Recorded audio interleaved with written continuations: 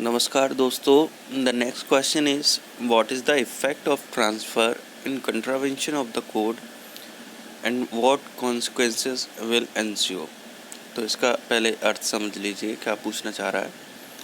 तो ये पूछना चाह रहा है, मान लीजिए आपने जो है कोड के कंट्रावेंशन में कोई आपका ट्रांसफ़र कर दिया है।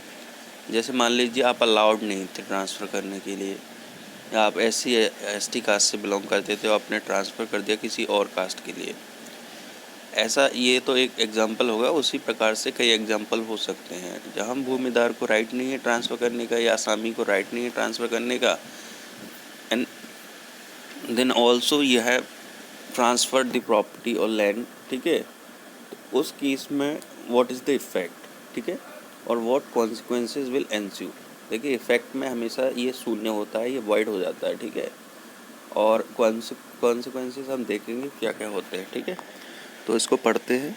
तो सेक्शन आपका 104 यानी 104 ये बताता है कि हर एक पट्टा ये एवरी लीज या transfer of interest in any holding, जो आपका किसी भी होल्डिंग में आपका जो इंटरेस्ट है, ठीक है, वो आपने ट्रांसफ़र कर दिया है, या किसी भी पार्ट का जो है आपने ट्रांसफ़र कर दिया है, या तो भूमिदार के द्वारा या सामी के द्वारा, इन contravention of the provision of this code. इस कोड के जो प्रोविज़न दे रखे हैं उनके कंट्रावेंशन में, यानी उनके विरुद्ध में, उनको फॉलो नहीं किया आपने, तो वो वॉइड होंगे। मैंने ये पहले ही बता दिया कि इफ़ेक्ट तो इनका वॉइड होता है। ठीक है, और इसकी कॉन्सिक्वेंसेस देखते हैं क्या क्या होता है। देखिए कॉन्सिक्वेंसेस में आप ये समझ लीजिए, आपको समझा दे रहे हैं, जब आप कोई भी ट्रांसफ़र ऐसा करते हैं जिसके लिए आप अलाउड नहीं हैं, तो इसमें स्टेट गवर्नमेंट जो राज्य सरकार को निहित वो पावर दी गई है, या राज्य सरकार को ये पोजीशन दी गई है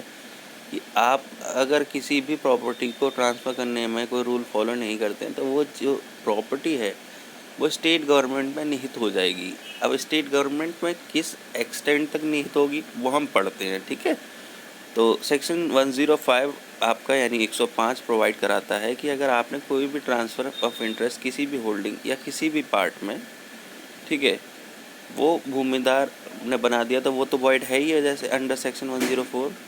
तो ये फॉलोइंग कॉन्सिक्वेंसेस आपकी होंगी।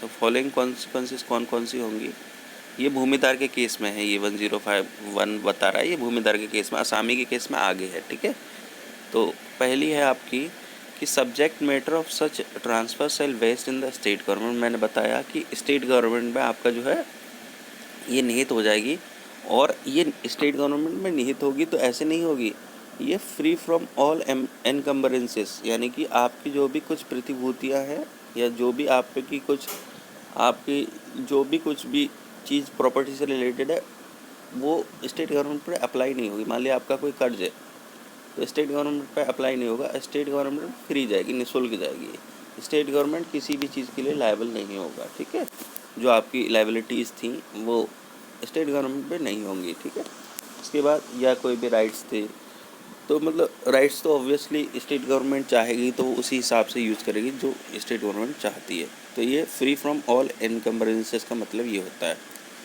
तो the tree crops well other improvement existing on such holding और part sale vest in the state government free from all encumbrances. देखो इसे अगर नहीं भी लिखा होता तब भी ये समझ में आ ही जाता कि कोई भी ट्री या कोई भी क्रॉप या कोई भी बेल या कोई भी इम्प्रूवमेंट आपने बनाया है वो सारा जो है स्टेट गवर्नमेंट में निहित हो जाएगा, फ्री फ्रॉम ऑल इनकम्बरेंसेस। ठीक है, the interest of the transfer, जो ट्रांसफ़र कर रहा है उसका interest, and the transferee in the property specified in clause A clause B shall stand extinguished.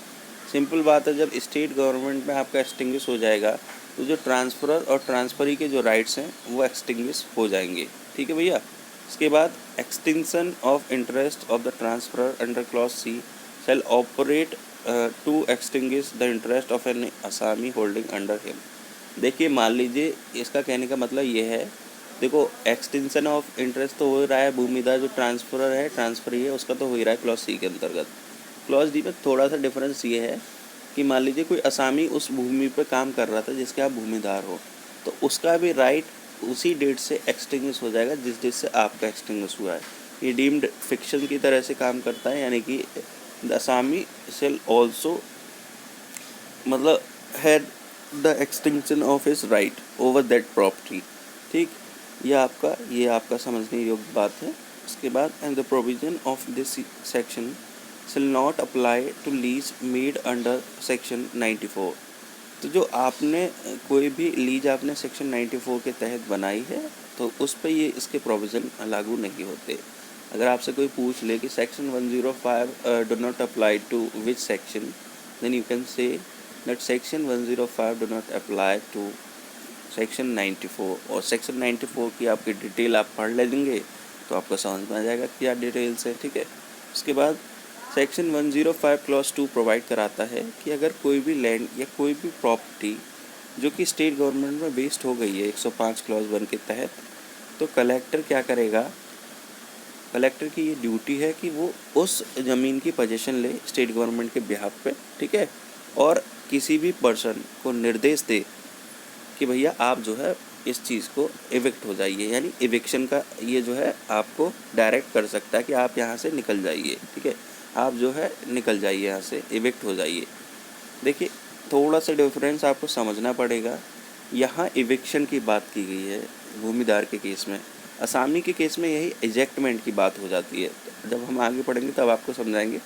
Eviction और इजेक्टमेंट में थोड़ा सा डिफरेंस होता है। When you are at a position, ठीक है, और वो आपका जो है जैसे स्टेट गवर्नमेंट में निहित होगी तो स्टेट कलेक्टर जो है आपको निर्देश देगा कि आप जो है निकल जाइए। बेदखली थोड़ी अलग होती है। ठीक है, इजेक्टमेंट अलग होता है। तो असामी के केस में वो इजेक्टमेंट होता है, तो वो हम देखेंगे अभी। ये आप यहाँ से समझ लिए 105 क्लॉज 2, इसमें कलेक्टर की ड्यूटी होती है। वो पहले तो पोजीशन के लिए कहता है कि भैया पोजीशन ले लो, और जो पर्सन ऑक्यूपाई कर रहा है उस लैंड को उससे कहेगा कि आप इविक्ट हो जाइए जल्दी से आप। ठीक है, उसके बाद consequences of transfer bye Asami in contravention of the code. मैंने बताया था ना असामी के केस में थोड़ा सा डिफरेंट है। तो 106 प्रोवाइड कराता है कि कोई भी ट्रांसफ़र किसी भी इंटरेस्ट या किसी भी होल्डिंग में, मतलब किसी भी होल्डिंग या किसी भी पार्ट में है असामी का, और उसने वो ट्रांसफ़र कर दिया है कंट्रावेंशन ऑफ कोड का, तो वो वॉइड होगा। वो तो 104 बताता ही है। उसके बाद असामी जो होगा वो इजेक्टमेंट के लिए लायबल होगा। ठीक है, अब इजेक्टमेंट के लिए लायबल होगा तो on the suit of gram panchayat या अदर लैंड होल्डर, या तो आपका जो ग्राम पंचायत की सूट पे या जो है अदर लैंड होल्डर जो कि दूसरा जो टेन्योर होल्डर था उसकी सूट पे। ठीक है, एज द केस में be in accordance with the provision of this code. इस हिसाब से जो कि आपके प्रोविजन ऑफ दिस कोड में बताए गए हैं। तो यहाँ आपका जो है ख़त्म होता है ये आंसर, मतलब क्वेश्चन का आंसर। अब नेक्स्ट देखते हैं हम लोग। नेक्स्ट क्वेश्चन हम लोग पढ़ते हैं, discuss the provision relating to exchange and consequences of exchange. ठीक है, यानी कि जो प्रोविज़न है, प्रावधान है एक्सचेंज से रिलेटेड, या उसके कॉन्सिक्वेंसेस क्या हैं एक्सचेंज के, वो देखते हैं हम। आंसर सेक्शन 101 जो है आपका, यानी कि जो आपका 101 नंबर का जो सेक्शन है वो प्रोवाइड कराता है कि दैट एनी भूमिदार, कोई भी भूमिदार, मे विद प्रायर परमिशन, यानी कि पहले आप परमिशन लेंगे सब डिविजनल ऑफिसर की, आप अपनी लैंड को एक्सचेंज कर सकते हैं दूसरी लैंड से। एक्सचेंज आपका 118 ऑफ टीपीए में आपका समझाते हैं एक्सचेंज होता क्या है। किसी भी चीज़ को दूसरी चीज़ से आपका बदलना ही एक्सचेंज होता है। किसी चीज़ के बदले चीज़ लेना। पहले ये वाटर सिस्टम हुआ करता था प्राचीन समय में, और अभी एक्सचेंज का नाम दे दिया है इसको। ठीक है, अब कौन सी ज़मीन को हम एक्सचेंज कर सकते हैं? हेल्ड बाय अनदर भूमिदार, किसी भी भूमिदार के द्वारा हेल्ड है तो वो दूसरे भूमिदार से आप जो है एक्सचेंज कर सकते हैं। या इंटरेस्टेड और deemed to be interested in Gram Panchayat और लोकल अथॉरिटी अंडर सेक्शन 59, या कोई भी भूमि जो कि क्या कहते हैं ग्राम पंचायत में निहित है, या फिर आपका जो है उसमें न्यास रहित है उनका, यानी उनको जो है आपने कॉन्फिडेंस रिपोज कर दिया है ग्राम पंचायत या किसी भी स्थानीय निकाय में सेक्शन 59 के तहत, तो उस प्रॉपर्टी पे भी आप जो है एक्सचेंज कर सकते हैं। ठीक है, अब सब डिविजनल ऑफिसर से आप देखो प्रायर परमिशन ले रहे हो राइटिंग में, तो सब डिविजनल ऑफिसर के पास डिस्क्रिशन होता है, या फिर वो चीज़ें देखता है कि किस कंडीशन पर मुझे परमिशन ग्रांट करनी चाहिए। ठीक है, तो अब वो कौन से ग्राउंड्स होते हैं, किस पे जो है परमिशन को रिफ्यूज़ करते हैं, वो देखते हैं हम। तो सेक्शन 101 का जो क्लॉज 2 बताता है भैया आपका, वो ये बताता है कि sub divisional officer permission grant करने से मना कर सकता है इन निम्न केसों में। तो कौन कौन से केस हैं? पहला है आपका, if the exchange is not necessary for consolidation of holding और सिक्योरिंग कन्वीनियंस इन कल्टिवेशन। देखिए, आप पहले पॉइंट के लिए आपको पहले तो कंसोलिडेशन ऑफ होल्डिंग का ऑब्जेक्ट समझना पड़ेगा। कंसोलिडेशन ऑफ होल्डिंग का ऑब्जेक्ट होता है, चकबंदी होती है। ये चकबंदी होती है कि मान लीजिए आपका खेत एक इधर है, एक आपका जो है 4 किलोमीटर दूर है, एक 5 किलोमीटर दूर है। तो आपका ऐसे एक्सचेंज करा देते हैं कि जैसे मान लीजिए आपकी जो भूमि है, आपके बराबर वाली भूमि आपको दे दी जाती है, जिससे कि क्या हो, आप खेती आसानी से कर सकें। ठीक है, चकबंदी में ये होता है कि आप खेती आसानी से कर सकें, आपको जो है ज़्यादा प्रॉब्लम ना हो, आपकी सारी भूमि को इकट्ठा करके आपको दे दिया जाता है। ठीक है, ये होता है चकबंदी का मुख्य उद्देश्य। अब मान लीजिए कोई प्रॉपर्टी जिस पर एक्सचेंज होना है भैया, और वो जो है वही प्रॉपर्टी आपका चकबंदी रूल्स के अकॉर्डिंग है, तब उसको एक्सचेंज नहीं कर सकते आप। ठीक है, उस पर एक्सचेंज अलाउड नहीं है। उस पर एसटीओ देखेगा कि भैया ये तो चकबंदी के तहत आती है, ये तो चकबंदी इनकी राहत के लिए बनाई गई है, तो अब इसको एक्सचेंज क्यों करेंगे हम। ठीक है, तो वो राहत जो प्रक्रिया है उसको ध्यान में रखते हुए कि भैया ये आपकी राहत के लिए चकबंदी की गई थी, इसलिए आप जो है इस लैंड को एक्सचेंज ना करते हुए दूसरी लैंड को आप एक्सचेंज कर सकते हैं। तो इसलिए ये जो आपका ग्राउंड ऑफ रेफ्यूजल, ये पहला पॉइंट ये कहता है। ठीक है, if the exchange is not necessary, उसकी ज़रूरत नहीं है for the consolidation of holding और securing convenience in cultivation. Convenience in cultivation भी यही होता है, चकबंदी इसी रीजन पे होती है कि यू कैन कल्टिवेट। ठीक है, आपकी ज़्यादा भूमि और आप जो है तुरंत कल्टिवेट कर सके भैया, क्योंकि आपके पास की ज़मीन होगी तो आप सही से कल्टिवेट कर पाओगे ना, आपको दिक्कतें कम होगी। तो आपकी परेशानियों को दूर करने के लिए तो ये कंसोलिडेशन ऑफ होल्डिंग आई थी। उसी चीज़ को अगर आपकी कंसोलिडेशन ऑफ होल्डिंग में है तो आप देखते हो उसके लिए आवश्यकता नहीं है कंसोलिडेशन होल्डिंग के लिए, तो आप जो है उसको कह सकते हो कि यार एक्सचेंज करने की क्या ज़रूरत है आपको। ठीक है, आप ऐसे भी समझ सकते हो, आप दोनों तरीके से समझ सकते हो इस चीज़ को। अगर कंसोलिडेशन ऑफ होल्डिंग के लिए नहीं है तो आप मना कर दीजिए। ठीक, ये कहने का मतलब है इसका। उसके बाद सेकंड है आपका, if the difference between valuation determined in the manner prescribed of the lands given and received in exchange exceed 10% of the lower valuation. ठीक है, अब इसका कहने का मतलब ये है, मान लीजिए कोई वैल्यूएशन हो रहा है लैंड पे, ठीक है, और आप एक्सचेंज कर रहे हो, उसका वैल्यूएशन 10% लेस है भूमि का, तब उस केस में जो है आपका रिफ्यूज़ कर सकते हो, क्योंकि इतना बड़ा डिफरेंस पे आप एक्सचेंज करा रहे हो, इतना भैया इतना कोई नहीं लेके चलेगा। मान लीजिए किसी की प्रॉपर्टी आपका जो है 10 लाख की मान लीजिए, ठीक है, और आपका जो है 10 लाख की प्रॉपर्टी हो गई और आपका दूसरी प्रॉपर्टी आपका 30 लाख मान लीजिए, तो ये 10% से ज़्यादा ही हो रहा है ना डिफरेंस। 20 लाख का डिफरेंस हो रहा है, कितना बड़ा डिफरेंस है, बहुत मेजर डिफरेंस है। तो ऐसे मेजर डिफरेंस के लिए आपका जो है एसटीओ अलाउड नहीं करेगा बाबा, ये इसमें कहा गया है। अब देखते हैं अमेंडमेंट क्या कहता है। Amendment act of 2020 inserted a proviso, उन्होंने एक प्रोविजो इंसर्ट किया था which lays down that permission for exchange may be granted even if the valuation of private land for exchange is more than 10% of the value of public land। ठीक है, इन्होंने private और public land के बीच में अगर exchange हो रहा है तो उसमें उन्होंने अलाउड कर दिया था कि even if it exceed the 10% of the value then it is allowed. देखिए क्यों अलाउ किया है, देखो आप ये कहोगे ये तो भैया पर्सनल राइट्स के अगेंस्ट हो गया। ठीक है, तो आप ये समझिए, देखो मैं पहले भी बता चुका हूँ कि welfare of the people is the supreme law. ठीक है, आपका अगर प्राइवेट राइट हनन हो रहा है और एक पब्लिक राइट आपका एग्जिस्ट कर रहा है तो वरीयता जो दी जाती है वो पब्लिक राइट्स को दी जाती है।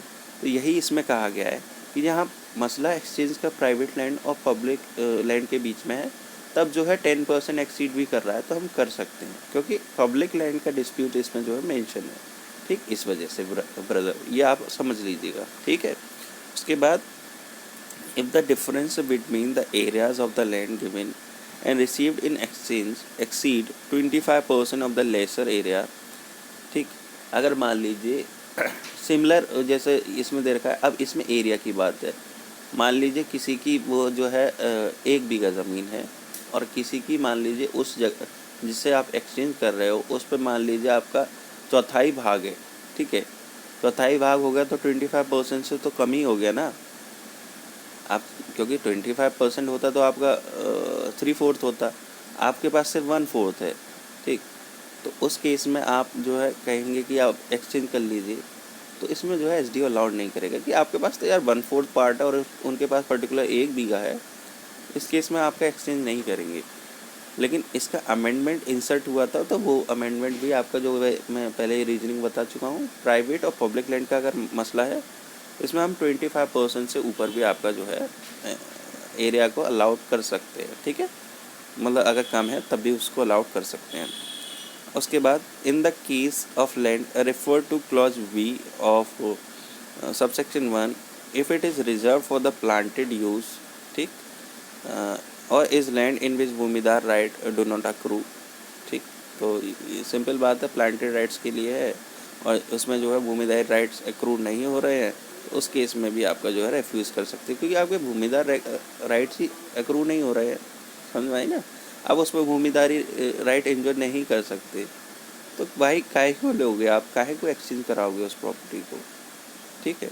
तो ये कहा गया इसमें, if the land is not located in same और adjacent village of the same tehsil, ठीक है, अगर लैंड जो है आपका सेम या एडजेसेंट विलेज में, मान लीजिए आपका जो है या तो उसी विलेज में, जैसे मान लीजिए मेरा काशीपुर गांव है, या एडजेसेंट विलेज मान लो अरोला नवाजी है या अरोला नवाबाद है, तो उनमें नहीं है, बाकी या सेम तहसील में नहीं है, तो आप क्यों ही करोगे। और आप करोगे भी तो भैया ऐसी चीज़ों को वो तो देखेंगे ना, कन्वीनियंस हो रही है कि नहीं हो रही है। एसडी को लगेगा कन्वीनियंस है ही नहीं, बेचारा इधर से उधर भागेगा, तो वो अलाउड नहीं करेगा, वो रिफ्यूज़ कर देगा। इसके बाद प्रकाश वर्सेस स्टेट ऑफ यूपी हम देखते हैं क्या कहा गया है इसमें। देखो साइटेशन ज़्यादा याद रखने की ज़रूरत नहीं है, रीजनिंग मैटर करता है सिर्फ आपके लिए। इसमें ये हेल्ड किया गया था ऑनरेबल कोर्ट के द्वारा कि SDO can not grant permission for exchange of land which is interested to any gaon sabha और in which bhumidhari rights do not accrue. सीधी बात आपको मैंने बताई दी कि सब डिविजनल ऑफिसर उस लैंड पे जो है एक्सचेंज नहीं दे सकता जो कि क्या कहते हैं आपका गांव सभा में इंटरेस्टेड है, या फिर जिस पे भूमिदारी राइट्स एक्रू नहीं होते। और भूमिदारी राइट्स कौन कौन सी ज़मीन पे एक्रू नहीं होते वो मैं आपको पहले ही बता चुका हूँ। जैसे आपका कोई भी ग्रोव लैंड हो गई, कोई भी सिंघाड़ा वाली हो गई, कोई भी रिवर बेड में आपकी भूमि हो गई, कोई भी आपका जो है पब्लिक पर्पज़ के लिए यूज़ की गई भूमि हो गई, तो ऐसी भूमि मैं आपको बता चुका हूँ किस किस पे आपका भूमिदारी राइट्स डो नॉट वो अक्रू नहीं होते। उसके बाद 101 का क्लॉज 3 देख लेते हैं। ये प्रोवाइड कराता है कि ये किसी भी पर्सन को एम्पावर नहीं करता है कि वो अपना अनडिवाइडेड इंटरेस्ट किसी भी होल्डिंग पे आपका जो है एक्सचेंज कर सके। यानी कि ये कहता है 101 कभी भी ये एम्पावर नहीं करता है कि पर्सन जिसका अनडिवाइडेड इंटरेस्ट है वो जो है आपका जो है वो एक्सचेंज करे, यानी अनडिवाइडेड इंटरेस्ट जो है आपका एक्सचेंज के लिए अलाउड नहीं है। लेकिन इसमें एक एक्सेप्शन है। एक्सेप्शन क्या है? Where such exchange is between 2 और मोर को-शेयरर्स। अगर आप देखिए एक्सचेंज एक तो हो गया तीसरी पार्टी के बीच में एक्सचेंज, एक हो गया को-शेयरर के बीच में। को-शेयरर के बीच में मतलब जैसे मान लीजिए मैं और मेरे भाई एक भूमिदारी राइट्स रखते हैं एक लैंड पे, ठीक है, हम को-शेयरर हैं, तो हमने जो है एक दूसरे से एक्सचेंज कर लिया कि आप मेरी भूमि ले लीजिए, मैं आपकी भूमि ले लूँगा, इस केस में तो अलाउड हो जाएगा। लेकिन अगर वहीं जहाँ मैं मान लीजिए कई सारे शेयर हैं, वहाँ मेरा अनडिवाइडेड इंटरेस्ट है और मैं अपनी भूमि को एक्सचेंज करना चाहता हूँ दूसरे किसी बंदे से, तो वहाँ अलाउड नहीं है, क्योंकि वो दूसरा बंदा आपके अंदर आ रहा है, ठीक है। तो वो क्यों अलाउड करेगा एसडीओ? क्योंकि देखो भैया उससे नेचर आपका जो रिलेशन है वो भी चेंज हो रहा है, ठीक है। आप दूसरी इंडिपेंडेंट पोजीशन में जा रहे हो और वो जो है आपका जो है शेयरिंग पोजीशन में आ रहा है, तो वाई वुड ही उसको क्यों हम इसमें शेयरिंग पोजीशन में लाएंगे, ठीक है। तो वो जो है शेयरिंग पोजीशन में न लाने के लिए, उसके राइट्स को आपका बचाने के लिए, ये इसके लिए एसडीओ जो है या ये जो लॉ जो है ये अलाउड नहीं करता है, परमिशन नहीं देता है। ये इसका रीजनिंग है क्यों आपका जो है एक्सचेंज जो है अनडिवाइडेड इंटरेस्ट का अलाउड नहीं है, ठीक है। आप समझे, दोबारा समझाऊँ, जैसे मान लीजिए मैं हूँ, मेरा भाई है, को शेयरर है किसी भी भूमि पर, तो हमारा आपस में एक्सचेंज हो सकता है, ये अलाउड है। बट मान लीजिए हम 4-5 शेयर हैं और उन 4-5 शेयरों में ABCDE में ए मान लो अपना एक्सचेंज कराना चाहता है किसी आपका जी से, तो वाई वुड जी वी कम, ठीक है, वो क्यों आएगा भैया हमारे पास, ठीक, क्यों वो शेयरर वो अपनी इंडिपेंडेंट पोजीशन होल्ड कर रहा है, या मान लीजिए वो भी किसी का शेयरर है, को शेयरर है, तो आप किसी दूसरे के में जा रहे हो और वो किसी दूसरे के में आ रहा है, तो क्यों लॉ क्यों अलाउड करेगा, इसलिए लॉ अलाउड नहीं करता है डिवाइडेड इंटरेस्ट को आपका एक्सचेंज करने के लिए। उसके बाद कॉन्सिक्वेंसेज ऑफ एक्सचेंज, एक्सचेंज की क्या क्या कॉन्सिक्वेंसेज होते हैं वो देख लेते हैं। जिससे आपने प्रॉपर्टी एक्सचेंज की है उसके पास सेम राइट्स आ जाते हैं, यही इसमें दे रखा है, जो कि क्या कहते हैं आपने जो है जिस भूमि में आपके जो राइट्स रखते थे उसी हिसाब से उसमें भी वो जो है राइट नहीं तो हो जाएंगे जो पार्टी आपसे एक्सचेंज कर रही है। सब डिविजनल ऑफिसर जो है वो ऑर्डर दे देगा, उसकी ड्यूटी है कि भैया रिकॉर्ड ऑफ राइट जो खतौनी है उसमें जो है करेक्शन अकॉर्डिंगली बना दिया जाए, ठीक है। उसके बाद जो amount of land revenue assessed किया जाता था या पेबल था या डीम्ड टू बी पेबल था, ठीक, तो वो जो है अफेक्टेड नहीं होगा, उसको पे करना पड़ेगा आपको, ठीक है। ये इसमें कहा गया है, यानी कि जो आपके राइट्स या लायबिलिटीज़ थे वो सिमिलरली रहेंगे और जो आपका करेक्शन होना था वो करेक्शन करवा दिया जाएगा। ये आपका कॉन्सिक्वेंसेस हो गई। धन्यवाद।